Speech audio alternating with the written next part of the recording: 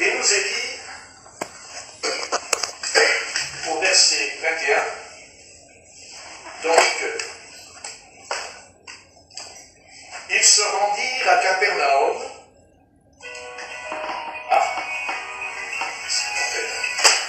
Alors, ils se rendirent à Capernaum, et le jour du Shabbat, Jésus entra d'abord dans la synagogue, et il enseigna.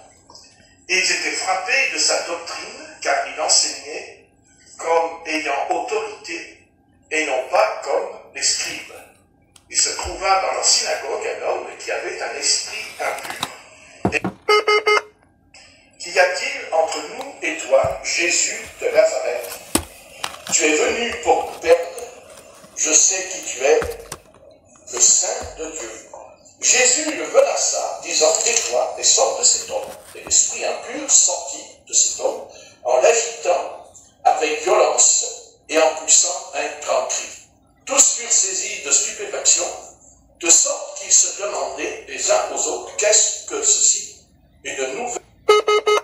Il commande avec autorité même aux esprits impurs, et ils lui obéissent, et sa renommée se répandit aussitôt dans tous les lieux environnants de la Galilée. Et au verset 32, il nous est dit, le soir, après le coucher du soleil, on lui amena tous les malades et les démoniaques. Et toute la ville était rassemblée devant sa porte. Les gens qui avaient diverses maladies, il chassa aussi beaucoup de démons, et il ne permettait pas aux démons de parler, parce qu'ils le connaissaient. Vers le matin, pendant qu'il faisait encore très sombre, il se leva et sortit pour aller dans un lieu désert où il pria. Amen. Amen. Gloire à Dieu pour ce merveilleux passage de la Bible, parce que c'est le commencement du ministère du Seigneur, c'est-à-dire son ministère public. Il n'était pas encore connu. On a appris qu'il y avait un prophète dans le peuple d'Israël et que ce prophète s'appelait Jésus de Nazareth. Mais il a su garder le silence, il est resté caché pendant 30 ans et ça a dû être difficile pour lui. Au fond de lui, ça n'a pas été facile, parce que quand on lit ce passage, on prend conscience que ce Christ n'a pas combattu Satan comme ça du jour au lendemain, mais certainement qu'il allait beaucoup dans le désert. D'ailleurs, quand il aura terminé cette fameuse réunion, et puis après même, quand il y aura la guérison le soir, tout de suite après, il nous est dit que le Seigneur ira dans le désert pour prier. Il ira dans le désert pour prier. Et c'est là où il faut faire attention, parce que quand le Seigneur nous accorde des bénédictions, quand il nous visite, quand il fait beaucoup de choses comme ça, merveilleuses avec nous, c'est là qu'il faut faire attention, parce que notre nature va se relâcher et se laisser aller. Et le Christ, lui, il a fait tout le contraire, parce qu'il était rempli là de l'Esprit, parce que pour faire ce qu'il vient de faire, il faut être un homme rempli de l'Esprit. Mais c'est pas parce qu'il a fait des prodiges et des miracles, c'est pas parce qu'il a guéri des malades, c'est pas parce qu'il chasse des démons que le Seigneur va se détendre et prendre des vacances. Pas du tout. Il va retourner dans le désert pour prier. Parce que le Christ savait très bien que quand il chasse les démons, eh bien c'est vrai, il lui obéissait, mais le Christ savait aussi que les démons pouvaient revenir dans la vie de ceux qui avaient été délivrés par son ministère. Et si le Christ a eu un ministère aussi puissant, car quand on lit l'Ancien Testament, on n'a jamais vu Moïse qui chasse les démons, on n'a pas vu Élie qui chasse les démons. Certes, ils ont fait au nom du Seigneur des miracles. Élie a même ressuscité un petit garçon, Élisée aussi.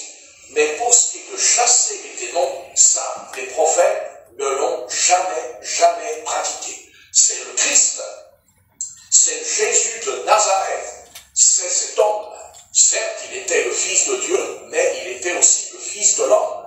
Et quand il est venu, eh bien, il a commencé à entreprendre une œuvre surnaturelle et il a démontré que le royaume de Dieu était là, au milieu d'eux, en chassant les démons, en guérissant les malades, en ressuscitant les morts, en purifiant les lépreux. Il a montré au peuple d'Israël et au monde que quand le Christ vient, il n'y a pas de place pour l'adversaire.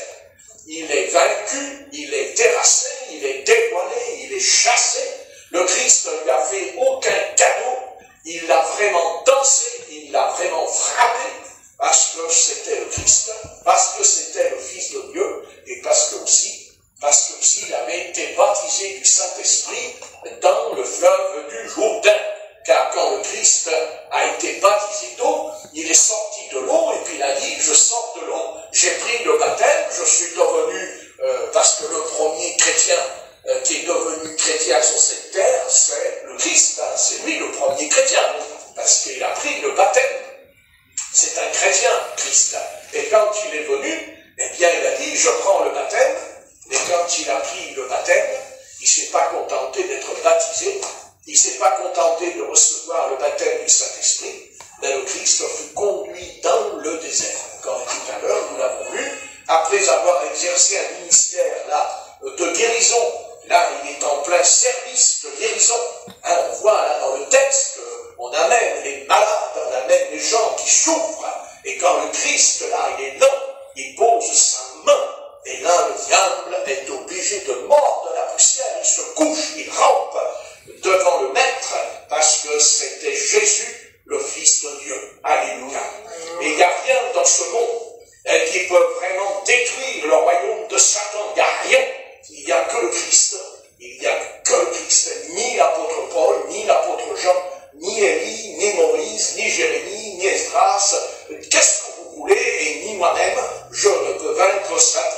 Mais quand nous présentons le Fils de Dieu, quand nous présentons Jésus-Christ, mais on le présente pas seulement intellectuellement, on ne le présente pas seulement avec l'intelligence humaine, nous le présentons parce que Dieu nous a donné l'onction du Saint-Esprit. Et l'onction de Dieu, elle est dans la Bible. Et quand on lit la parole, quand on étudie la parole, d'un seul coup, l'Esprit Saint descend dans notre vie. Et là, il y a quelque chose qui va venir. Et cette chose, eh bien, c'est la puissance de Dieu qui est descendue sur le Fils de l'homme. Et plus tard, le Christ, quand on lit dans Matthieu, chapitre 10 et verset 1, le Christ, il a appelé 12 apôtres et il leur a dit, je vous donne tout pouvoir sur les démons. Je vous donne tout pouvoir sur la maladie. Amen. Et plus tard, dans Luc, il appellera aussi 70 disciples, qui n'étaient pas des apôtres, mais des disciples. Et il leur a donné le pouvoir de chasser les démons, à tel point que même les démons étaient identifiés comme étant des serpents et des scorpions. Vous voyez un petit peu l'image que le Christ nous envoie, des scorpions et des serpents. Car les démons, ce sont des personnalités. Les démons, c'est des êtres vivants, des êtres qui ont une personnalité. Ils ont une conscience, mais elle est tordue, elle est pervertie. Car autrefois, eh bien, c'était des anges qui obéissaient au Seigneur et ils ont suivi le prince des ténèbres, ils ont suivi le prince de l'air et ils ont perdu leur corps angélique et ils ont reçu un autre corps, ils ont reçu un corps diabolique et démoniaque. Car les démons sont des puissances démoniaques, c'est-à-dire des puissances qui font qu'ils veulent nous conduire dans le péché afin de désobéir au Seigneur. Vous voyez, ce sont des agents au service de Satan qui rôdent autour de nous. L'apôtre Pierre dira, le diable rôde autour de nous comme un lion rugissant. Il rôde autour de nous. Et il veut nous faire tomber dans le péché. Car le diable sait très bien que si on tombe dans le péché, si on vit dans le péché, alors il a un accès en nous, il y a une porte qui s'ouvre en nous, et il peut entrer et s'installer, et bien entendu, et bien à un moment donné, on va devenir ses serviteurs et ses servantes.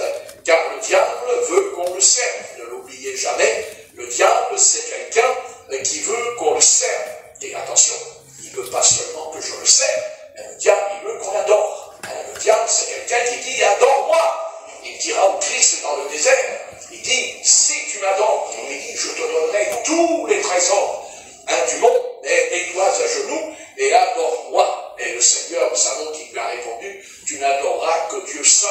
Alléluia. Il n'a pas cédé à ce menteur, car c'est un menteur, n'est-ce pas? Et aujourd'hui, on est en plein mensonge, car jamais le diable n'a déployé autant de légions de mensonges. Le mensonge est énorme.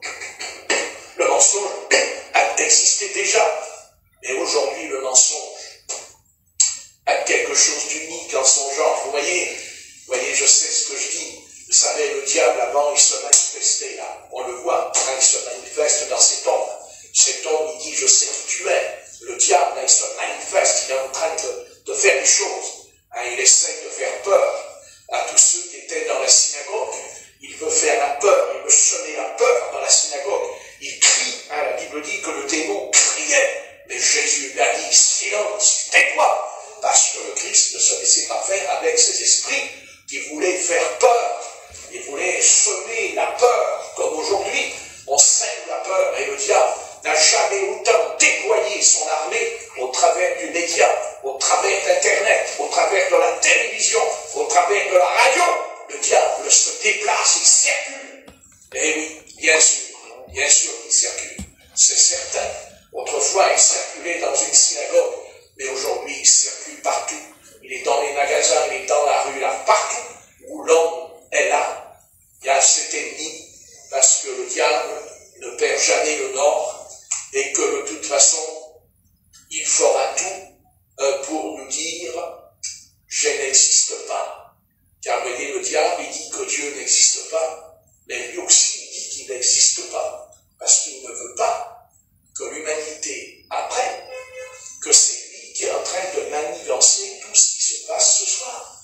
Le jour où les hommes comprendront qu'il y a une superpuissance démoniaque dans l'atmosphère, qu'il y a vraiment une armée de démons qui travaille, qui est là constamment, alors qu'est-ce que feront les humains? Alors ils se tourneront vers le Seigneur, comme nous l'avons fait tout à l'heure. On s'est tourné vers lui, parce que vous voyez, il faut que nous puissions bien le comprendre. Il y a deux royaumes, il y a deux empires. Il y a le royaume de Dieu et le royaume de Satan sur la terre. Il y a ces deux royaumes. Et ils s'affrontent. Et nous, le Seigneur nous a sauvés, non pas pour que nous dormions sur nos deux lauriers, mais pour qu'on se réveille. Car vous voyez ce qui se passe avec le virus.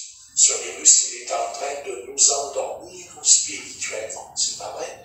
Il nous empêche.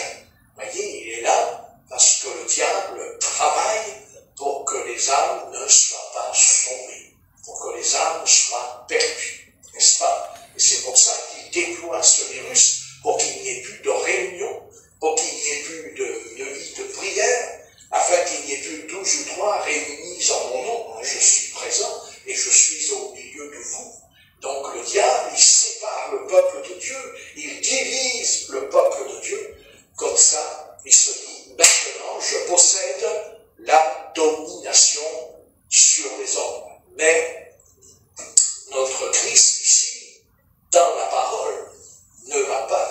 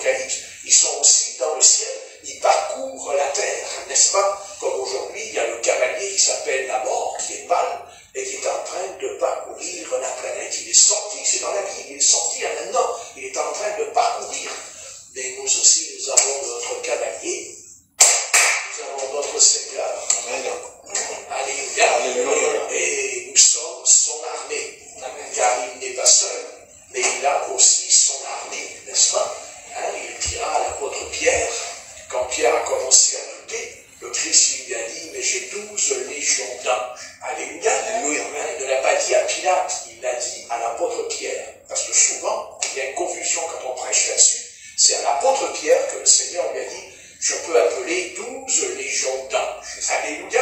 Par contre, il a dit à Pilate qu'il avait des légions. Mais il n'a pas dit 12. Il a dit à l'apôtre Pierre. Donc le Seigneur n'est pas seul. Il y a avec lui des légions d'anges. Oui, des légions d'anges. Oui, oui. Oui, et ça me fait du bien. Amen. Amen. Ça me... Alléluia. Il y a des légions d'anges. Alléluia. Vaut mieux avoir des légions d'anges que des légions de démons. Hein? Bon, les légions de démons, on n'en veut pas. On veut les légions angéliques. On veut les anges. Et dans la Bible, quand on lit l'histoire biblique, il y a aussi Dieu l'Éternel. Il y a Jésus-Christ son Fils, il y a le Saint-Esprit. Mais il y a aussi les anges dans la Bible. C'est écrit, il y a les anges. Hein? Les anges, ils existent dans la Bible. Et même, ils sont descendus sur la terre. Mais ils sont intervenus, n'est-ce pas? Un jour, il y a un homme qui est venu, un homme de Dieu incroyable qui est venu. On parle très peu de lui, parce que comme il a fait beaucoup de bêtises, on n'a pas trop envie de parler de lui. Hein? Cet homme, il s'appelle comment? Il s'appelle Samson. Samson, c'est un être unique au monde, car le Seigneur avait suscité les juges en Israël, dont le dernier juge, ça sera Samuel, hein? Mais il a choisi Samson. Et Dieu, quand il a appelé Samson, le peuple d'Israël, le texte nous dit, Israël faisait ce qui lui semblait bon, n'est-ce pas? Il faisait ce qui lui plaisait. Et aujourd'hui, il faut reconnaître que le peuple chrétien, il fait un peu ce qu'il veut. Hein? Il n'est pas trop... Il faudrait se poser la question, bon, c'est bien beau, il y a le virus, mais c'est une raison pour qu'il n'y ait plus de réveil. C'est une raison pour qu'il n'y ait plus le réveil de Dieu. C'est une raison pour qu'il n'y ait plus de repentance, de conversion, de changement de vie. C'est une raison pour qu'il ne s'ajoute pas à l'Église les âmes, comme dans le livre des âmes, qui chaque jour s'ajoutent à l'Église des nouveaux pécheurs. Alléluia. C'est pas terminé. Tant que le Christ n'est pas venu, c'est pas terminé. La mission, elle continue. Et le Seigneur, il a vu le peuple d'Israël dans le livre des juges, c'est-à-dire après la mort de Josué, le peuple de Dieu, le peuple d'Israël, il s'est laissé carrément aller. Il a laissé rentrer les Madianites. Il a enlevé... C'est terrible. Et en plus, ils ont fait rentrer les Philistins. Et qu'est-ce que fait l'Éternel? Il va susciter des juges comme Jephthé. Il va susciter, Déborah, la prophétesse, qui sera juge en Israël. Parce que quand il n'y a plus d'hommes, Dieu prend une femme. Hein. Et vous savez, Dieu ne va pas s'embarrasser avec d'autres petites explications personnelles, la femme ou l'homme. Dieu, lui, ce qu'il regarde, c'est pas de savoir si on est une femme ou un homme. Dieu regarde au fond de nous, est-ce qu'on veut le servir, oui ou non, puis c'est terminé. Hein? Dieu ne regarde pas la façade, il regarde ce qu'il y a à l'intérieur. Ce qui intéresse le Christ, c'est ce qu'il y a dans la vie, dedans, et non pas l'extérieur, pas les apparences. Et Dieu a appelé donc Samson, et son appel est tout à fait extraordinaire. La Bible dit qu'il y avait son père Manoach qui était là en train de travailler, et son épouse, et tout d'un seul coup, là, il y a un homme qui apparaît et dit, je suis l'ange envoyé de l'Éternel. Et là, il lui dit, voilà, tu vas tomber enceinte. Et d'ailleurs, souvent, on est fort étonné quand on lit l'Ancien Testament, même le Nouveau Testament, on est fort étonné que souvent, quand Dieu, il appelle quelqu'un à son service, et surtout les femmes, on est souvent étonné de s'apercevoir qu'elles sont stériles. C'est pas vrai? Hein? Ils sont stériles. Regardez, Sarah, elle est stérile, elle aura Isaac. Alors, c'était pas possible. Hein? C'est vrai. Il est dit aussi la femme, Élisabeth, je crois, la femme de Zacharie, elle était stérile. Et voilà. Et la petite jeune fille, la Marie, elle avait 17 ans, pas plus. Eh bien, elle tombe enceinte et l'ange Gabriel, il vient la voir et il lui dit que l'enfant qui est dans ton sein est le Fils de Dieu. Vous vous rendez compte? Le Fils de Dieu dans le sein d'une jeune fille de 17 ans. Ami, elle me dit, comment tu sais qu'elle a 17 ans? Ben, je le sais parce que le Jérémie dira, jeune fille, ton grand sein. Il n'a pas dit femme, il dit jeune fille. Dans Jérémie. Jeune fille. Donc elle était jeune. D'ailleurs, à l'époque, ils se mariaient à 14-16 ans. Vous savez, aujourd'hui, ça ne fait plus. Mais à l'époque, faut pas croire, hein. Ils se mariaient, même nous, les rois de France, ils se mariaient avec des jeunes filles qui avaient 8 ans. Parfaitement, pour faire des alliances entre pays. C'est historique ce que je dis. Bon, mais ça c'est un détail, on ne va pas aller là-dedans, c'est pas la peine. Restons sur le sujet. Ce qui m'intéresse, c'est Samson. Samson, Dieu a appelé Jephthé, il a appelé Gédéon, hein, voilà. Et ces hommes-là, ils ont reçu l'onction. Mais Samson, lui, il a reçu 4 fois l'onction. 4 fois, il est loin. C'est-à-dire, c'est un quadruple. Hein, il est loin 4 fois. Et Dieu va appeler cet homme. Et cet homme, il n'est pas comme les autres. L'apôtre Paul dira, ne combattons pas le sang et la chair. Mais Samson, lui, il n'est pas comme les autres. Son combat va se situer avec son corps. Et oui, il va être un homme vraiment particulier. Il va attraper un lion, il va le déchirer. Il va prendre une mâchoire d'âne, il va massacrer 1000 Philistins, à lui tout seul. À lui tout seul. Bon, on est compte. Oh Dieu, envoie-nous un Samson. Alléluia. Envoie-nous un Samson pour détruire dans la réunion 1000 démons. Ça vous intéresse? Amen. Et comment tu vas faire pour les compter? Ah ben aujourd'hui on a une calculette moderne. Hein. Hop, un démon, tac, calculette, tac, un démon, tac, calculette. Il faut bien le faire. Donc voilà, alors, c'est intéressant. Hein? Mais Samson, c'est un homme particulier, un homme formidable. Il t'attrape les gars.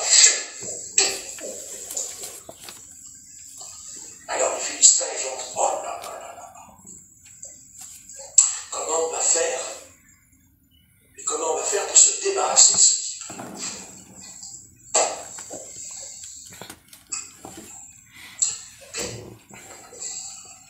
À un moment donné, et voyez, quand je vous dis que le diable il est malin et qu'il est rusé, ça c'est vrai.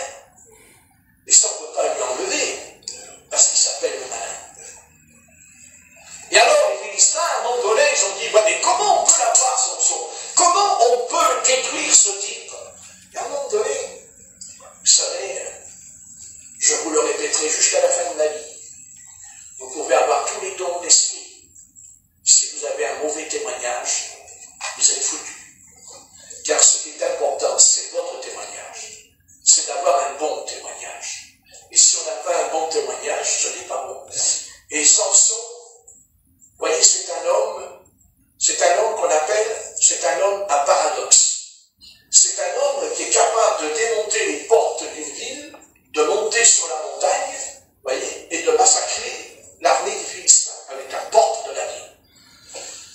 Mais en même temps, on le retrouve avec une prostituée dans sa chambre.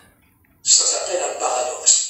Et les Philistins, à un moment donné, ils ont dit, tiens, c'est curieux, cet homme-là, il est vraiment redoutable. Mais finalement, il n'est pas si redoutable que ça. Parce qu'il semblerait qu'il a quand même une faiblesse. Et le diable sait détecter en nous quand il y a une faiblesse. Et même si elle est toute petite, il saura l'exploiter en sa faveur. Si. Et à un moment donné, ils l'ont vu en lui que c'était un homme à femme, que c'est un homme qui aimait les femmes. D'ailleurs, on sait qu'au départ de son ministère, il va se marier avec une Philistine, n'est-ce pas? Et ses parents lui disent, mais tu ne peux pas te marier avec cette femme, elle est Philistine. Tu sais que c'est écrit dans l'Ancien Testament qu'on ne doit pas se marier avec une étrangère. C'est écrit dans la loi, on regarde Samson. Et non, il n'a pas tenu, il a voulu se marier avec elle, il s'est marié avec elle, parce que 8 jours après, elle est morte. Et son beau-père, il est mort aussi 8 jours après. Alors là, il s'est mis en colère, il a pris des renards, il a mis le feu au queue des renards, ça a bousillé tous les champs des Philistins.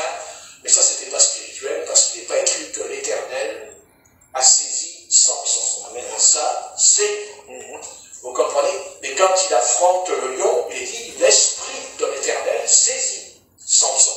Quand il affronte les Philistins, il dit, l'Esprit de l'Éternel saisit Samson. 4 fois, cet homme sera saisi par l'Esprit de l'Éternel. Et bien entendu, ses ennemis, les ennemis de l'Éternel, les ennemis de Samson vont être terrassés. Parce que c'est l'Esprit de l'Éternel qui se met en mouvement. Et vous voyez, le combat qu'il y avait en lui. C'est un homme qui a été capable de démolir 1000 Philistins avec une mâchoire d'âne. Il n'a pas de lance, il n'a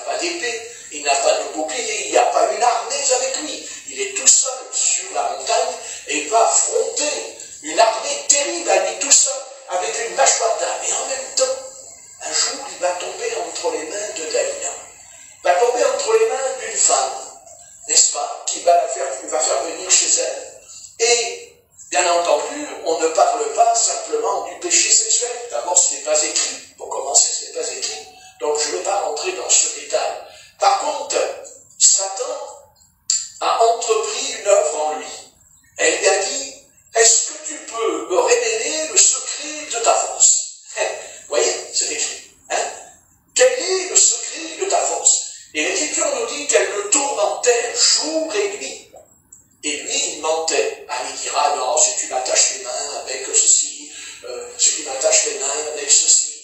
Et à chaque fois, elle lui attachait les mains, et elle criait, les Philistins sont sous toi, Samson. Samson, à chaque fois, il se levait, et leur foutait une pétard de raclée, dis donc. Et à un moment donné, Dalila dira, mais écoute, mon chéri, chéri, tu me dis chéri, je t'aime bien, mais tu ne m'as toujours pas dit le secret de ta force. Et à un moment donné, il va craquer. Il va craquer parce qu'il n'était pas à sa place, parce qu'il n'était pas en règle, parce qu'il n'était pas dans le plan du Seigneur. Il est sorti du plan de Dieu, parce que pendant qu'il était avec elle, il n'était pas en train de combattre les Philistins. Il n'était pas en train de lutter, de livrer la guerre aux ennemis d'Israël. Non, il était là, dans le plaisir. Il dormait bien comme il faut, sous les tentes des Philistins. Alors il manquait de rien, il y avait du vin, il y avait de tout. Hein, parce qu'il y avait du vin, ça c'est sûr. Bien que l'Éternel lui avait dit, par l'ange, qu'est-ce que l'ange dit? Il ne boira ni vin ni liqueur, entre parenthèses. Oui, et d'ailleurs, il a commencé à boire certainement aux noces, puisqu'il y a les noces avec sa femme. Et quand on fait des noces avec des Philistins, je ne pense pas qu'on ne voit pas une petite coupe de lait. Donc il avait déjà fait quelque chose qui n'était pas clair, et puis après il n'était pas clair avec le lion. Parce que quand il étrangle le lion, qu'est-ce qu'il fait? Eh bien, il dit qu'il a mangé le miel qui était dans la carcasse du lion. Et la Bible dit qu'on ne doit pas manger quand l'animal est mort parce qu'il est impur. Et il a mangé le miel et il en a donné aussi à ses parents qui ne le savaient pas. Vous voyez, petit à petit, l'adversaire ne l'a pas attrapé du premier coup. Ça s'est fait étape par étape. Mais l'Éternel a tout fait pour lui dire, arrête-toi, ne continue pas dans ne va pas dans ce chemin.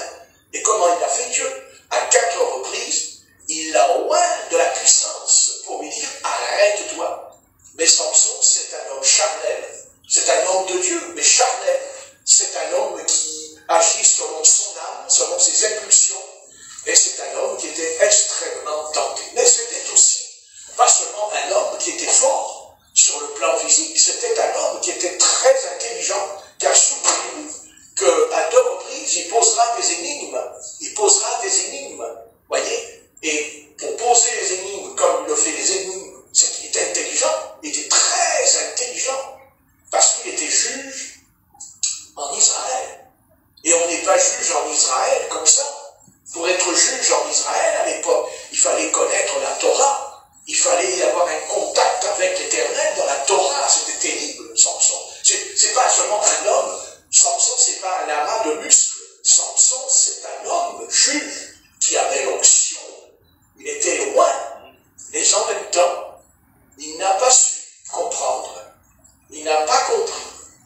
Il n'a fait que désobéir, parce que c'est un homme qui a vécu dans le mélange. Il a mélangé la chair et l'esprit. Et c'est pareil pour nous.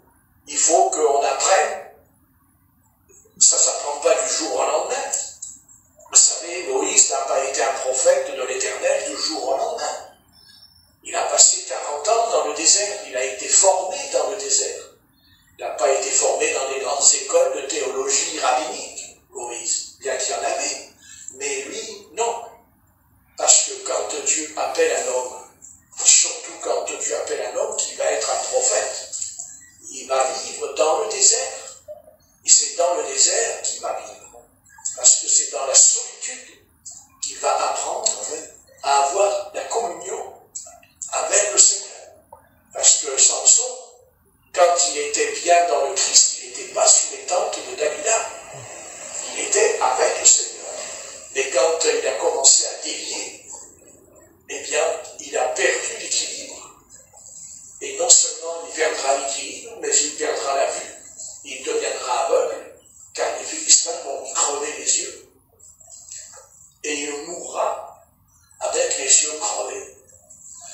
c'est un homme qui sera rempli de vengeance, parce que c'est un homme qui se venge, hein, il prend les renards, il met le feu aux champs de blé, hein, alors qu'à l'époque, c'était important, parce que ces champs de blé, c'était des champs qui étaient en Israël, qui nourrissaient le peuple d'Israël, c'était la farine.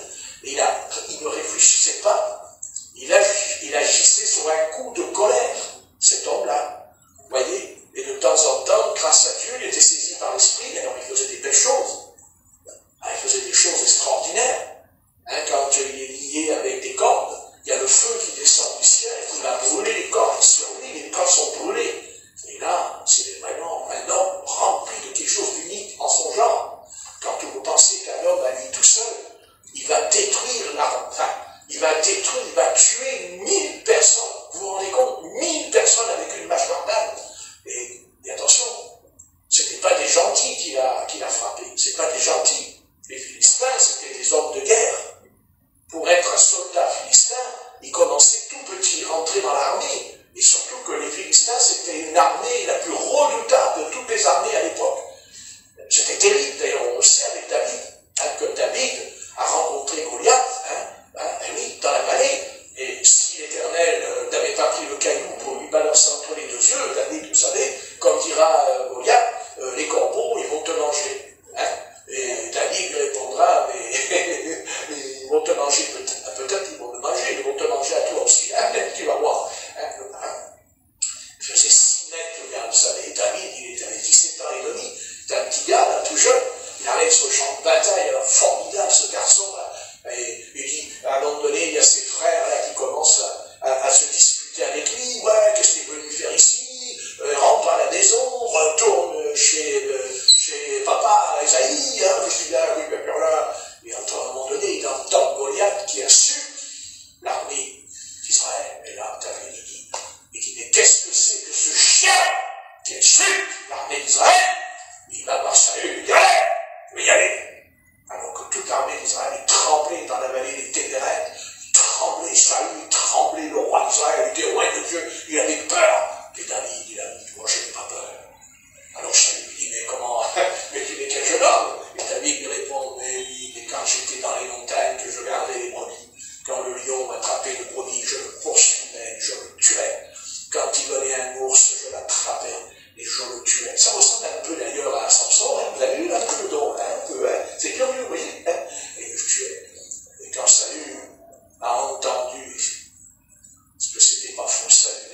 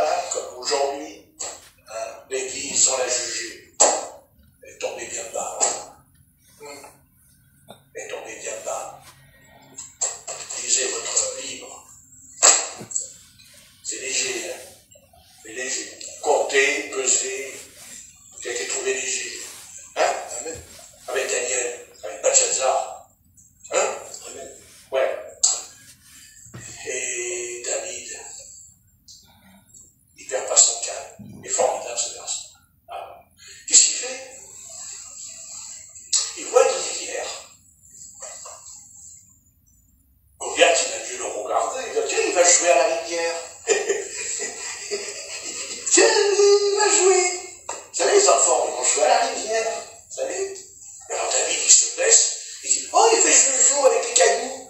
Parce que moi, quand j'étais gosse, je faisais beaucoup des barrages. Oui. Je faisais des barrages. Quand j'arrivais à une rivière, je prenais avec des copains, je me disais, allez, viens, allez, on prend les cailloux. Alors, on prenait tous des cailloux, là, pour en prendre, là. Voilà. C'est parce qu'on voulait attraper les poissons. Les poissons, ils ne pouvaient plus, ils arrivaient dans le barrage de Patrick, vous voyez. Ben ouais. Alors, je les prenais, puis je les jetais comme ça dans l'eau. Ça n'allait pas trop, hein, à l'époque. Maintenant, c'est pas pareil, c'est pas pareil. J'ai changé, alléluia, j'ai changé. D'accord, bon, calme-toi, frère. Donc, alors, quelle année? Qu'est-ce qu'il fait, l'autre? Il ramasse 5 cailloux. 5 cailloux. Pourquoi pas 6, pourquoi pas 10, pourquoi pas 20? 5 cailloux. 5! Qu'est-ce que dit l'apôtre Paul? Il dit qu'il y a 5 armes de l'esprit dans l'épître aux Éphésiens. Et David ne prend pas une arme, il prend 5 armes. Et il arrive sur le champ de bataille, il sort une arme. C'est pas une épée, c'est pas une lance, c'est pas des flèches, c'est un petit caillou. Un tout petit caillou. Goliath, le matin en se levant, si on lui avait dit, hein, il y aurait eu une prophétesse philistine qui serait venue, il aurait dit, oh Goliath, attention, tu vas rencontrer un petit garçon. Ne le rencontre surtout pas. T'as un grand malheur qui va venir sur toi. Attends, je te fais les cartes. Attends, je vais te faire une séance de voyance. Ouh là là, ouh là là là là, ouh, il y a la carte, il y a la carte. La tour est à l'envers. C'est pas bon pour toi. Ouh, il y a la carte avec plein des petits lutins. Ouh, ça c'est des démons. Oh là, il faut pas. Hein?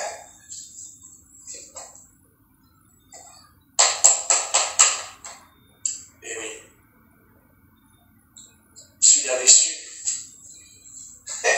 il aurait évité David, vous ne croyez pas? Mais son destin était scellé.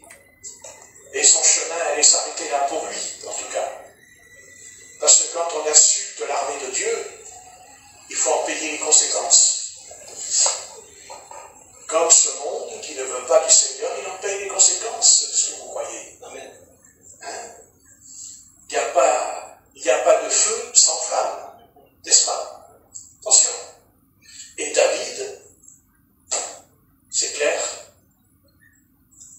parce que si David a été sur le champ de bataille et qu'il a frappé, ne croyez pas qu'il ne le savait pas. Dieu lui avait dit ce qu'il allait faire. Il lui a montré en vision, il y a une vision.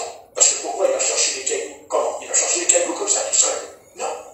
C'est parce que Dieu lui a dit. Dieu a parlé à David. Amen. Dieu a dit à David dans une vision ce qui allait lui arriver. Et il a fait exactement ce que la vision lui a dit. Comme dira d'ailleurs le Christ, le fils de David, il dit, je ne fais rien de moi-même, mais je fais ce que le Père montre. Amen. Amen. Amen. Amen. Comprenez? Vous voyez, c'est pour ça qu'on peut prier pour les malades. C'est écrit dans la Bible, tu imposeras les mains malades et les malades seront guéris. Mais ce n'est pas juste. Les malades seront guéris parce que d'abord on a une vision. Moi je peux vous imposer les mains, mais ce n'est pas guéri. Mais par contre, si je suis assis et que d'un coup, le Seigneur il m'ouvre les yeux et je vous vois guéri dans la vision que vous vous levez, moi je me lève, je dis au nom de Jésus, lève-toi, tu vas te sauver tout de suite. Parce que c'est le Père qui me l'a montré. Amen. Vous comprenez ce que je veux dire? Parce que c'est trop facile qu'on guérisse les malades parce qu'on dit au nom de Jésus-Christ, les malades sont guéris. Mais vous vous rendez compte, on tomberait dans l'orgueil. Non. C'est le Père Céleste qui nous le montre d'abord. Et David, Dieu lui a montré. Il lui a dit, voilà, tu vas aller là, tel endroit. Et puis David, lui, il n'a pas peur, puisque c'est Dieu qui lui a dit ce qui va arriver. Hein? Il prend le caillou, il le met dans son truc et il envoie. Et je vous signale qu'il n'a pas envoyé 2 fois, 3 fois, 4 fois, il a envoyé une fois, ça a été réglé. Hein? La pierre, elle est arrivée là, entre les 2 yeux du géant, il faisait 6 mètres d'auteur, et il tombait par terre. Et il ne s'est pas relevé. Hein? Ah, il ne s'est pas relevé.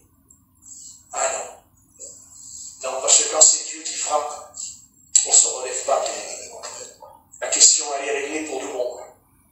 Mais David, lui, ne s'est pas contenté de ça. Il a voulu montrer au peuple d'Israël qu'ils étaient dans une voie de désobéissance. Et comment il va leur montrer? Eh bien, il a pris l'épée de Goliath et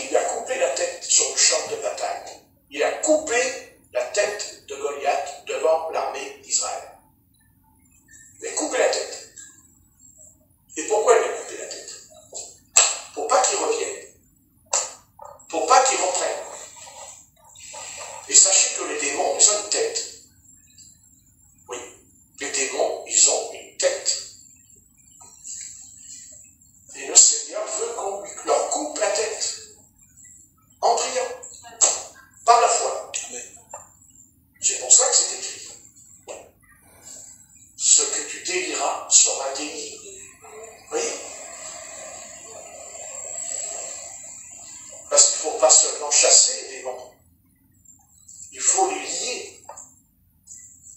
Parce que si on ne lie pas les puissances des ténèbres, elles continueront à se manifester et à nous faire du mal. Donc il faut les lier au nom de Jésus-Christ, par la foi. Et quand vous sentez que ça ne va pas dans votre vie ou dans votre âme, eh bien vous devez le faire. Vous devez vous mettre en prière tout de suite. Et vous dites, je te lie au nom de Jésus-Christ, Terre. Je vous lie. Je vous lie au nom de Jésus-Christ. Et le Christ a dit qu'il faut le faire. Amen. Et quand on lit les ténèbres, nous sommes déliés. Donc je vais faire comprendre quelque chose. Est-ce que c'est possible qu'un chrétien a un démon? Est-ce que c'est possible que quand on est chrétien, on peut être possédé? Je vais vous répondre.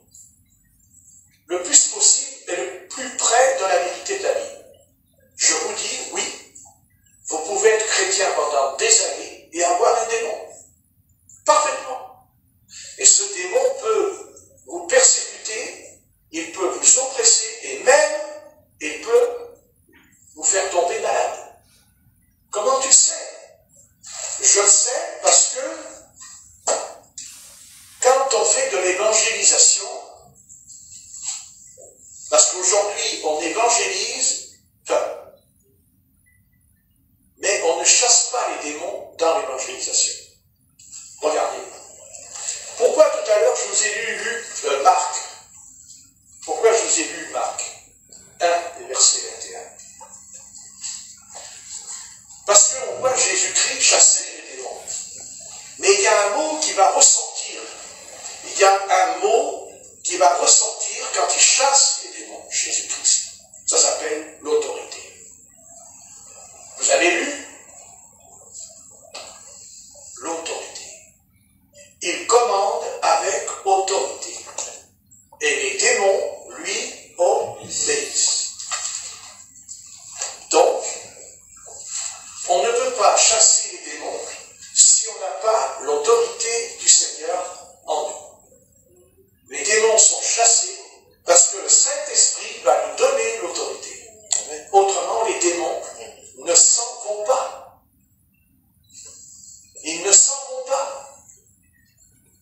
Est-ce qu'un chrétien peut être possédé? Oui. Il peut être possédé pas seulement par une puissance démoniaque. On peut être chrétien, être possédé par un démon sans aller dans le péché. Car il y a des démons, c'est pas le péché qu'ils opèrent, c'est la maladie. C'est l'oppression, c'est la souffrance.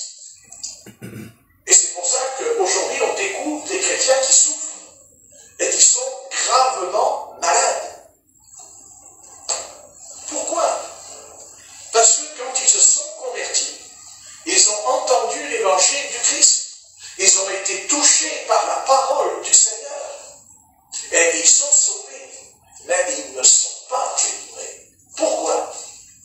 Parce que la première fois que les chrétiens ont entendu parler du Christ, ils n'ont jamais été délivrés. Ils n'ont jamais été délivrés. Parce que la véritable évangélisation, l'œuvre du Christ dans la Bible, c'est que quand on évangélise les âmes, on doit chasser les démons qui sont en eux tout de suite. Autrement, ils vont rester dans la personne. Vous voulez un exemple? Prenez Actes des Apôtres, chapitre 8. Acte 8. Et j'essaie de vous expliquer quelque chose. Je passe peut-être à un autre thème, mais ça ne fait rien.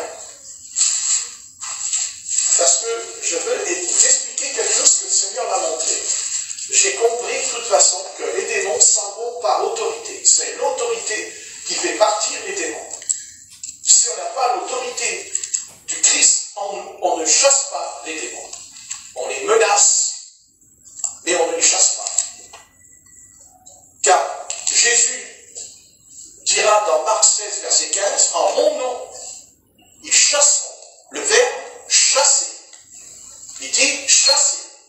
Chasser, c'est mettre quelqu'un dehors. Hein, chasser, c'est faire sortir quelqu'un de votre maison. Parce qu'il n'est pas poli, présent, parce qu'il voilà, il insulte, et on lui dit sors. Notre corps est une maison. Notre corps est une maison. Et notre âme habite dans ce corps qui est une demeure. Donc un jour, notre âme sortira de notre corps et ira dans le paradis. Et notre corps, lui, retournera dans la poussière en attendant de recevoir un nouveau corps qui s'appelle le corps de résurrection d'entre les morts. Donc quand on se convertit, voilà ce qui se passe normalement dans une véritable réunion d'évangélisation. Voilà ce qui doit se passer dans Acte 8, verset 5.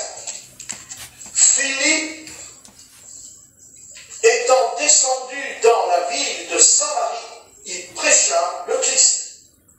Les foules tout entières étaient attentives à ce que disait Philippe lorsqu'elles apprirent et virent les miracles qu'il faisait. Verset 7. Car des esprits impurs, c'est-à-dire des démons, sortirent de plusieurs démoniaques en poussant de grands cris, et beaucoup de paralytiques et de boiteux furent guéris. Bien. Vous avez remarqué que l'évangéliste Philippe, puisque nous savons que Philippe est un évangéliste, il n'est pas un apôtre. Mais Dieu lui a donné deux dons. Il lui a donné le don des guérisons et le don des miracles. Le prophète reçoit lui aussi deux dons. Le don de prophétiser et le don de discernement des esprits. Philippe n'a pas reçu le don de discernement. S'il l'avait reçu, il n'aurait pas baptisé le magicien. Donc il n'avait pas le don parce qu'il n'était pas prophète. Et pourquoi Philippe n'est pas prophète? Parce qu'il n'a pas reçu l'onction d'un prophète. Mais il a reçu l'onction d'un évangéliste qui chasse les démons et qui guérit les malades. C'est-à-dire que la parole nous enseigne, la parole nous montre dans le texte que quand on évangélise les peuples, quand on évangélise une foule, quand on annonce le Christ, si on est envoyé par lui et investi d'un mandat divin, l'autorité, on reçoit l'autorité, tout de suite contre les démons. Le texte dit, les foules tout entières étaient attentives à ce que disait Philippe lorsqu'elles apprirent. Pas seulement entendre, mais elles ont appris, elles ont vu la démonstration de la puissance du Saint-Esprit. La puissance. Et d'ailleurs, le magicien, vous verrez, le dira, puisque lui aussi faisait des miracles, et il disait que c'était la puissance de Dieu. Vous voyez, un peu ce qui se passait en Égypte avec Moïse. Il y a toujours une confrontation entre la lumière et les ténèbres. Moïse vient en Égypte, il prend son bâton, il le jette par terre, il devient ce serpent. Mais les magiciens de Moïse jettent aussi les serpents avec les bâtons. Mais le serpent de Moïse mangera les serpents d'Égypte, parce que c'est la puissance de Dieu qui est plus grande. C'est la puissance de Dieu qui est vraie et authentique. Alléluia. Parce que la puissance de Dieu est divine. Et que la puissance de Satan n'est pas divine. Elle est démoniaque. Elle est démoniaque. Diabolique, diabolos en grec. C'est-à-dire, le diable veut dire l'adversaire. Satan est un adversaire. Il déploie son royaume. Car les gens ils disent, mais qu'est-ce que c'est que le royaume de Satan? Mais le royaume de Satan, on vient de le lire. Les boiteux sont guéris. Les gens poussent des cris parce qu'ils étaient possédés par les démons. Et quand le Christ est prêché, quand Jésus-Christ est annoncé, et que Philippe est loin par le Saint-Esprit, automatiquement, il chasse les démons. Les démons se manifestent dans la réunion. Et la Bible dit, regardez vous-même, il sort. Il dit le verbe sortir. Parce qu'il va les chasser. Quand Philippe annonce la parole de Dieu, au nom de Jésus-Christ, il chasse les démons pour que les gens qui vont devenir des chrétiens ne vont pas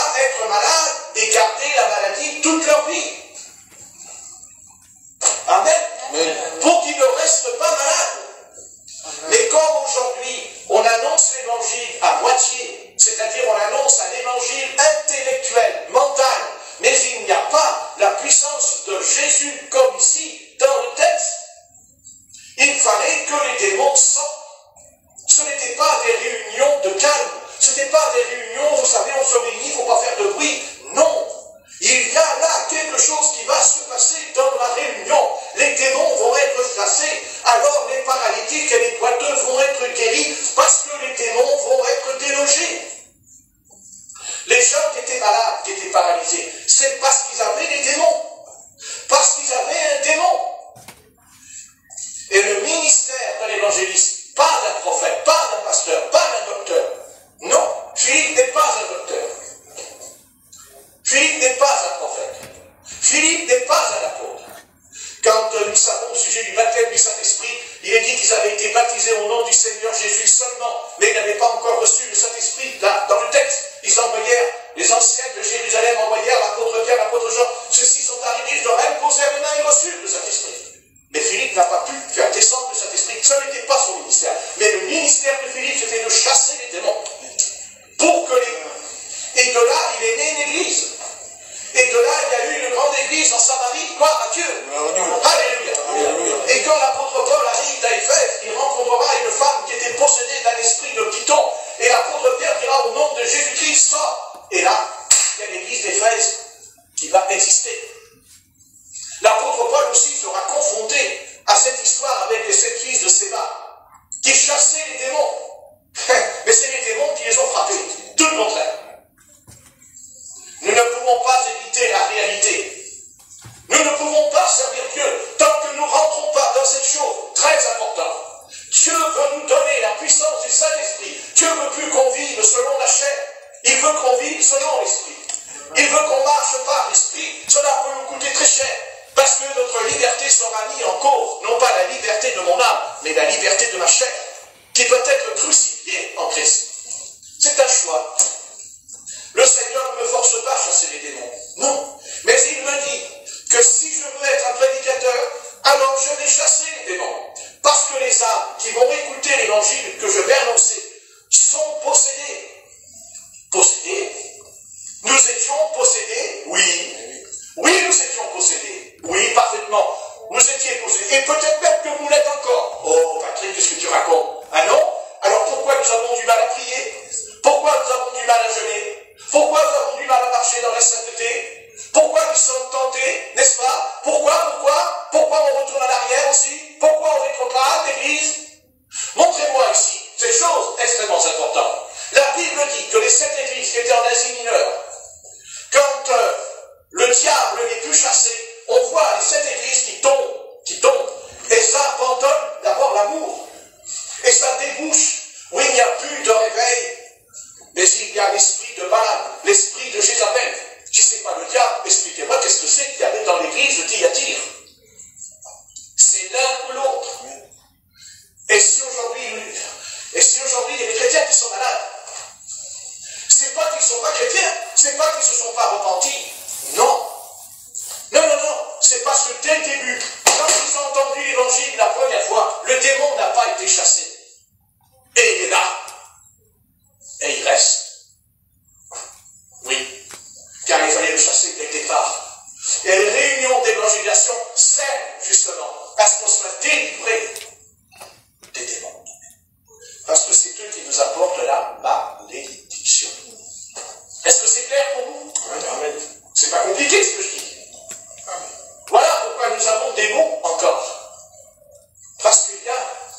On dit, mais le démon, il est en moi. Non. Il est autour de nous. Il rôde. La Bible dit, il rôde autour de nous. Donc, il faut le chasser. Montrez-moi dans la Bible, que quelqu'un me montre dans la Bible, dans cette Bible, que quelqu'un me montre quand il y a une réunion d'évangélisation avec l'apôtre Paul, avec l'apôtre Pierre, avec... Enfin, ce n'est pas vrai. Jésus lui-même commence son ministère dans Marc 1, verset 21. Il entre dans le verset. Qu'est-ce qu'il fait? Il enseigne, mais un démon va se mettre à crier devant lui. Il était où, le démon?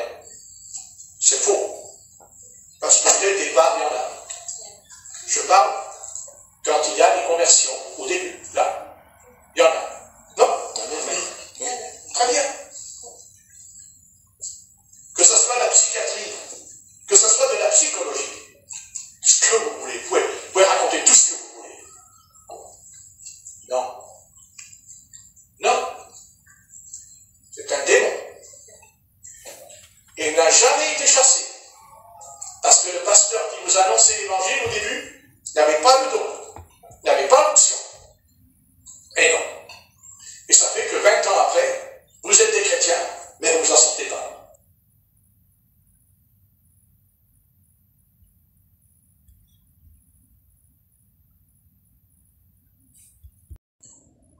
C'est pas vrai. C'est faux. Parce que dès le départ, il y en a. Je parle quand il y a des conversions, au début, là. Il y en a. Non? Oui. Très bien. Que ce soit de la psychiatrie, que ce soit de la psychologie, ce que vous voulez. Vous pouvez raconter tout ce que vous voulez. Non. Non. C'est un démon. Et il n'a jamais été chassé. Parce que le pasteur qui nous a annoncé l'évangile au début n'avait pas le don, n'avait pas l'option. Et non. Et ça fait que 20 ans après, vous êtes des chrétiens, mais vous ne vous en sortez pas. Un coup en haut, un coup en bas. Il faut tout revoir. Mais je termine pour que vous puissiez prier pour vous-même. Et ne pas dire, mais non, je suis croyant, je crois au Christ, je n'ai pas de démon. Si vous faites ça avec un main, vous serez dominé jusqu'à la fin de votre vie. Et vous resterez avec votre problème jusqu'à la fin de votre vie. Car Jésus a dit, ce que tu vas lier sera délié, ce que tu vas délier sera lié. Il dit pas son païen, il dit ça à l'église. Il dit, il parle de ça quand il dit, je bâtis mon église. Il dit, je bâtis mon église.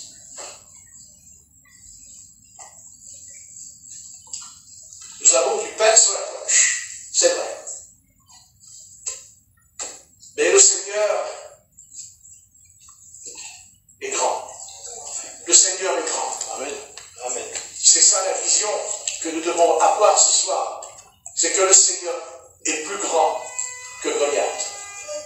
David était petit, Goliath était grand, mais il fut terrassé. Parce que la puissance de Dieu était en David. Et ce soir, la puissance de Dieu est en vous. Amen. Que vous la sentiez, vous ne la sentiez pas, ça ne change rien. La puissance de Dieu est en vous. Parce que c'est elle qui nous a conduits à la repentance. C'est elle qui nous a conduits à la nouvelle naissance, née d'eau et d'esprit. C'est elle. C'est elle. Et ce soir, cette puissance que Dieu vous a donnée, eh bien, apprenez à l'exploiter. Apprenez à découvrir ce qu'elle est capable de faire en vous. Et elle est capable de nous transporter dans le royaume de Dieu, comme l'apôtre Paul qui dit « J'ai été ravi au 3e siècle. Et j'ai été dans le royaume de Dieu et j'ai entendu des paroles ineffables. » Vous voyez, il y a 2 dimensions dans ce livre. Et les croyants de l'Église primitive, en tout cas eux, quand on lit, parce qu'on ne raconte pas une légende, on lit ce qui est écrit. Et ce qui est écrit, ils l'ont vécu. Parce que le Saint-Esprit est entré dans leur vie. Le Saint-Esprit est entré dans la vie. Est-ce que nous partageons, est-ce que nous vivons? Est-ce que nous vivons vraiment avec le Saint-Esprit? Est-ce que vraiment on a envie qu'il contrôle tout en nous? Est-ce que nous voulons qu'il nettoie toutes les parties de notre âme? Car il y a peut-être une partie qui n'a pas été réglée et dont le démon a accès en nous et qui peut bien sûr nous rendre malades. On sait que quand on va dans le péché, on tombe malade. C'est tout à fait normal. Vous savez, le péché, c'est la mort. Je ne vous apprends rien. C'est l'ABC de la théologie, non pas protestante, mais biblique. Apostolique. N'ayez pas peur.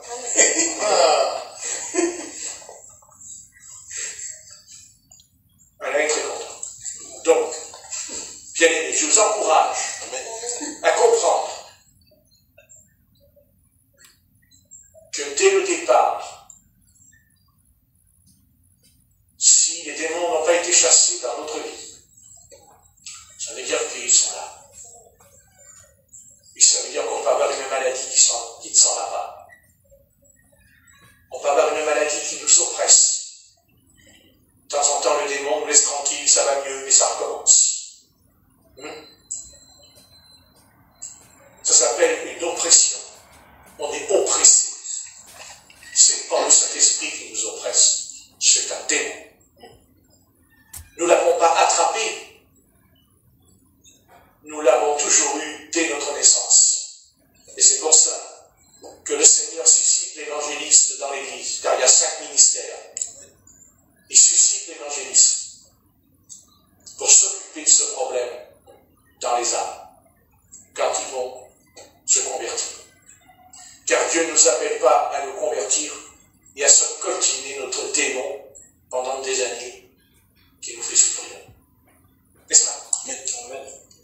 Et Jésus nous dit que ça s'en va par autorité. C'est ça que j'ai appris ces jours-ci, l'autorité. L'autorité de Jésus-Christ dans ma vie. Ce que tu m'as lié sera délié. Voyez, c'est l'autorité. Maintenant, il y a des âmes qui sont converties, mais qui ne peuvent pas s'en sortir. Parce que le démon n'est pas seul. Il y en a d'autres. Car on peut avoir un démon, mais on peut aussi avoir plusieurs démons. Et quand on libère une âme des démons, il faut toujours apprendre, et ça je l'ai vécu, et je ne parle pas, je sais ce que c'est de chasser les démons. J'ai commencé à 17 ans. J'ai vu un démon qui appelle un autre démon. Je l'ai vécu. Et comment tu l'as vécu? Eh bien, j'avais affaire à une jeune fille avec le pasteur Ephraim Ferris, qui a un grand ministère dans ce domaine. Et d'ailleurs, c'est étonnant parce que lui, il a un très grand ministère. Enfin, à l'époque, en 1972, j'étais dans un camp à la Pentecôte. Et il y a une jeune fille qui était vraiment possédée. Mais vraiment possédée. Ouais. Elle montait le long des murs comme une araignée. Vous vous rendez compte ce que j'ai vu? C'est horrible. C'est terrible ça. Ce qui s'est passé. Et le pasteur Ferris a dit, tout le monde va se coucher. Et à un moment donné, il a dit, toi, tu restes avec moi. Surprise. Je reste. Pourtant, il ne savait pas, il ne me connaissait pas, que je chassais les démons dans ma vie privée. Que j'avais ça dans ma vie privée. Mais il ne savait pas, il m'a dit, tu restes. Et à un moment donné, j'ai dit, parce que quand un démon se manifeste, au moment où il doit sortir, le démon, il va faire quelque chose. Il va faire tomber la personne dans le coma. La personne tombe dans le coma. Elle est comateuse, carrément. Elle ne répond plus. Et si vous n'êtes pas appelé par le Seigneur à faire ça, je vous garantis qu'il faut appeler tout de suite les pompiers. Parce qu'elle peut partir. Et là, vous êtes responsable de ce problème dans votre vie, jusqu'à la fin de votre vie. Et si c'est Dieu, d'abord si c'est Dieu, on a la paix. Amen. Vous voyez, j'ai dit, démon, Jésus est amour. Il a crié. Il a crié quand j'ai dit Jésus est amour. Et j'ai appris que les démons ne supportaient pas l'amour du Seigneur. L'amour. L'amour. Ce n'est pas pour rien que l'apôtre Jean nous dit que celui qui n'aime pas son frère est un meurtrier. N'est-ce pas? Amen. Vous voyez ce que je dis? Et à un moment donné, j'ai dit au nom de Jésus-Christ, sors cette jeune fille comme ça. Et d'un seul coup, il y a une autre jeune fille qui est arrivée. Elle a ouvert la porte, comme ça, elle est rentrée, comme une folle. Et l'autre était possédé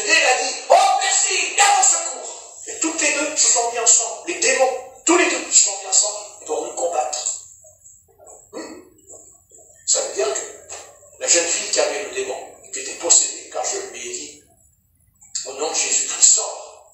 Le démon, il a dit, je suis foutu là. Donc il a appelé un autre démon pour l'aider, parce qu'il a senti la résistance de Dieu. Et sort, d'ici. Alors, vous voyez, on ne joue pas avec ça. Vous savez, moi j'ai vu un démon qui est sorti d'une jeune fille. Il est sorti. Non, ça il est sorti, c'est sûr. Donc il m'avait dit, je ne sors pas, je suis un prince. Il m'a dit, je ne sors pas. Parce que j'ai dit, quel est ton nom? Il m'a dit, je suis un prince. Il m'a dit, je ne sors pas. Il m'a dit, si tu vas sortir. J'ai dit, au nom du Seigneur Jésus, tu vas foutre le truc. Tu vas la lâcher. Tu vas la lâcher. Il a lâché. Et quand il a lâché, il y a eu un bruit terrible. Ça tremblait les vitres, tout. Ça tremblait tous les vitres. Quelle puissance. Le prince de l'air qui arrive. Le prince de l'air. Et moi, qu'est-ce que j'ai fait avec des frères et sœurs? On était jeunes à l'époque, j'avais 20 ans, on a couru. Parce qu'on a vu un chat qui courait comme un fou. On ne sait pas pourquoi, chat courait comme un fou. Alors on a couru dans le chat. Et quelques mètres plus tard, on a vu le chat. Vous savez comment il était? Il était mort, le ventre ouvert. Et tout ouvert, on voyait tout. C'est pas un chasseur qui l'a tué. C'est le démon, il l'a tué. Il a tué le démon, il a tué le chat. Il l'a tué, pourquoi? Parce que le démon, quand il est sorti de la jeune fille, il est entré dans le chat. Et il n'a pas resté. Après, il est sorti, il est parti dans la forêt, quelque part, parce qu'ils peuvent aller dans la forêt. Ou peut-être dans une ville. Et ils cherchent quelqu'un d'autre. Parce que les démons ne peuvent pas. Les démons ne peuvent pas être tranquilles s'ils n'ont pas une demeure. Il leur faut une demeure. C'est-à-dire un corps humain ou un animal. Mais surtout, un corps humain. Et surtout, un corps qui est jeune. Surtout, un corps qui est jeune. C'est pour ça qu'il y a beaucoup de jeunes filles, excusez-moi, qui couchent ensemble avec des garçons au lycée. C'est pour souiller leur corps. Parce qu'il est jeune. Le démon, il n'est pas intéressé par, excusez-moi, par une personne âgée. Parce que son corps, il est abîmé. Et les démons ont besoin d'habiter dans un corps. Parce qu'ils sont tourmentés. Et ils trouvent du repos quand ils rentrent en nous. Ils ont du repos. Et quand ils sortent, et c'est pour ça qu'ils ne veulent pas sortir. Parce qu'ils vont être tourmentés. Et surtout parce qu'ils savent qu'ils vont aller dans le désert. Car c'est écrit qu'il y a un désert pour les démons dans l'évangile. Jésus dira, ils vont dans le désert. Et ils reviennent. Avec ceux autres démons. Donc il y a un désert, il y a un endroit dans l'atmosphère qu'on ne connaît pas, que la science ne connaît pas, mais dont le Christ nous parle dans cette Bible. Qu'il y a un repère, un endroit où les démons sont relégués dans cet endroit. Mais ils sortent, ils viennent. C'est ce que Satan dira d'ailleurs à l'Éternel, quand l'Éternel dira à Satan, d'où viens-tu? L'Éternel dit, l'Éternel m'a dit de parcourir la terre. Donc les démons cherchent une proie. Ils cherchent une proie pour tourmenter, mais aussi pour installer la maladie. La maladie. Il y a plusieurs maladies. L'infirmité, ce sont un démon d'infirmité. Car il y a des démons qui sont infirmes. Parce que quand ils ont chuté, ils ont été précipités de la montagne et ils ont été infirmes. Et quand ils rentrent dans les gens, la personne est infirme. Elle est paralysée, tout ça. Donc il faut faire sortir cette puissance éternelle. Et la personne, elle est guérie. Mais il n'y a pas que les paralytiques. Il y a des démons qui oppressent l'esprit de la personne, qui oppressent son âme. Et ça agit sur le corps. Tel que leur corps n'a rien. Quand ils passent une radio, il n'y a rien. Les os sont en bon état. Les artères sont en bon état. Il n'y a pas de cancer. Il n'y a pas de tuberculose. Il n'y a pas de varicelle. Il n'y a rien. Mais la personne, elle souffre. Parce que c'est un démon qui tourmente. C'est par l'oppression. C'est une oppression terrible.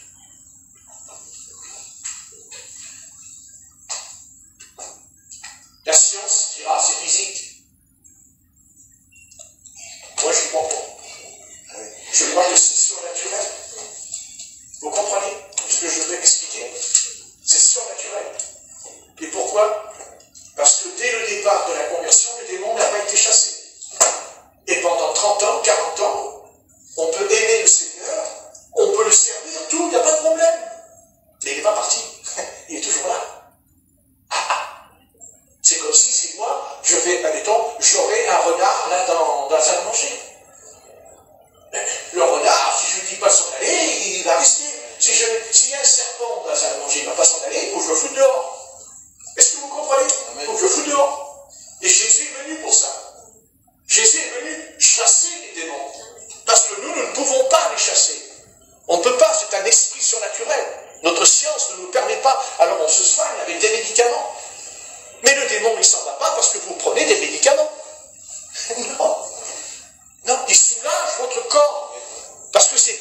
biologique, c'est la biologique. Mais pas l'âme, pas l'esprit. Ça fait que même si vous donnez des médicaments, vous allez quand même souffrir. C'est pas vrai? C'est pas vrai ou pas? Dites-moi si je dis quelque chose de ridicule. Faut me le dire, hein. J'accepte la hier. Si notre âme est reprise et qu'on a meurt avec le démon, comment ça se passe? Non, mais là, il s'en va carrément. Ça ira. Ah, il peut pas. Il peut pas, parce que là, tu rentres dans le royaume de Dieu. Il ne va pas rentrer dans le royaume On de Dieu. rentre dans le royaume de Dieu. Mais non, il ne peut pas. Mais non. Mais il fait des dégâts sur la terre. C'est-à-dire que ta vie, c'est un calvaire. Il te pourrit la vie. Il te pourrit ton existence. Et tu n'as pas besoin d'un démon, un seulement. Il te fout ta vie en l'air. Et quand il voit qu'il va être chassé, il fait appel à d'autres légions. Ce qui se passe pour certaines personnes, même chez nous, même ici, dans notre église. Et croyez-moi, ça ne va pas être marrant. Mais nous avons la solution. Amen. Cette sorte de démon ne sort que par le jeûne et par la prière. Alléluia. Alléluia. Ne sort que par le jeûne et par la prière. Il dit que l'enfant était possédé par un esprit épileptique. Il dit que le démon le jetait dans l'eau et dans le feu qu'il anime. N'est-ce pas? Amen. Et les apôtres ont chassé le démon. Et le Père a dit à Jésus, mais tes apôtres n'ont pas pu le chasser. Et Jésus commandera au démon, sors de cet enfant. Mais le démon, c'est ce qu'on va faire. Il prend l'enfant et il l'envoie par terre, vous direz. Et il l'écume. Parce qu'il voulait le tuer. Il voulait tuer l'enfant, le démon. Mais Jésus a l'autorité. Jésus a parlé avec autorité. Pourquoi? Parce que les démons, c'était des autorités. C'était des gloires. Dans l'épître de Jude, ils disent insulte les gloires. Les démons, ils ont une autorité. Donc il faut une autorité supérieure à eux pour qu'ils obéissent. Et bien sûr. Et c'est Jésus le Nazaréen, c'est Jésus qui nous le montre dans Marc. Il rentre dans la synagogue et à tel point que même les Juifs diront, mais qui lui a donné cette autorité? Par quelle autorité? Il commande aux esprits impurs et ils lui obéissent. Amen. Amen. Et c'est ce que nous voulons, que les démons nous obéissent. Mais pour qu'ils nous obéissent, il faut aussi avoir un bon témoignage. Il faut avoir une vie de consécration, une vie de prière et de jeûne. Parce que vous savez, ces puissances-là n'ont pas l'intention de se laisser faire. Depuis quand Satan sait se faire, c'est nouveau. Et d'ailleurs, même à la fin, il dit, il descendra sur la terre animé d'une grande colère. Donc il ne va pas cesser de faire. Donc, voilà, chacun comprend ce que je veux dire. Chacun a compris quelque chose, même peut-être pour quelqu'un, n'est-ce pas? Et qui là, c'est important. Mais la victoire, on l'aura. On aura la victoire. Parce que Christ est vainqueur. On l'aura. Seulement, il ne faut pas combattre en battant de l'air. Il ne faut pas combattre en courant dans l'aventure, dit l'apôtre Paul. On n'est pas là. Il y a beaucoup de pasteurs qui prient mais qui brassent. Ils brassent dans l'air. Et non, on ne brasse pas. Non, on fixe l'ennemi. On l'a dans le collimateur quand on prie. Et on ne le lâche pas jusqu'à ce qu'il dégage. Et il s'en ira. Et après, il faudra quand même veiller parce qu'il reviendra. Pas tout seul, avec cet autre démon. On va dire, mais non, on n'est pas sorti de l'auberge, Patrick. Oui, mais tout cela, Dieu le permet pour que justement, nous nous occupions des affaires de son royaume. Pour que nous n'allions pas dans le monde et que nous ayons un but, que nous ayons quelque chose dans un but. Et quand on sera exaucé, on aura fait un pas énorme dans la foi. Car le but du Seigneur, c'est de nous enseigner la foi. La foi. La foi d'Abraham. La foi.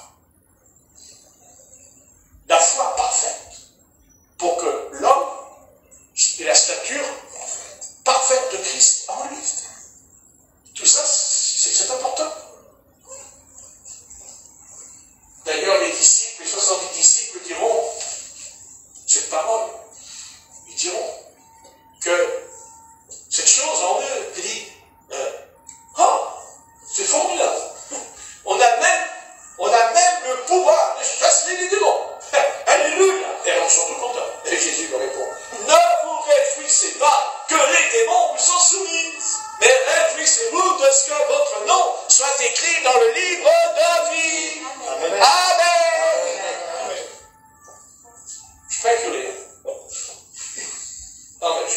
un peu parce que largement, on va plus dormir là ce soir avec la chute. On ne dort plus, monsieur. Contraire. Contraire. Ils sont venus, ils étaient joyeux dans Luc. Ils sont joyeux. Mais le Seigneur veut montrer qu'il y a encore une joie encore bien plus grande que de les chasser. C'est un trait dans le royaume de Dieu, bien plus grand. Alors soyons joyeux. Ne perdons pas la joie. Soyons joyeux. Mais prions avec conviction, avec foi. Non pas une fois, non pas deux fois.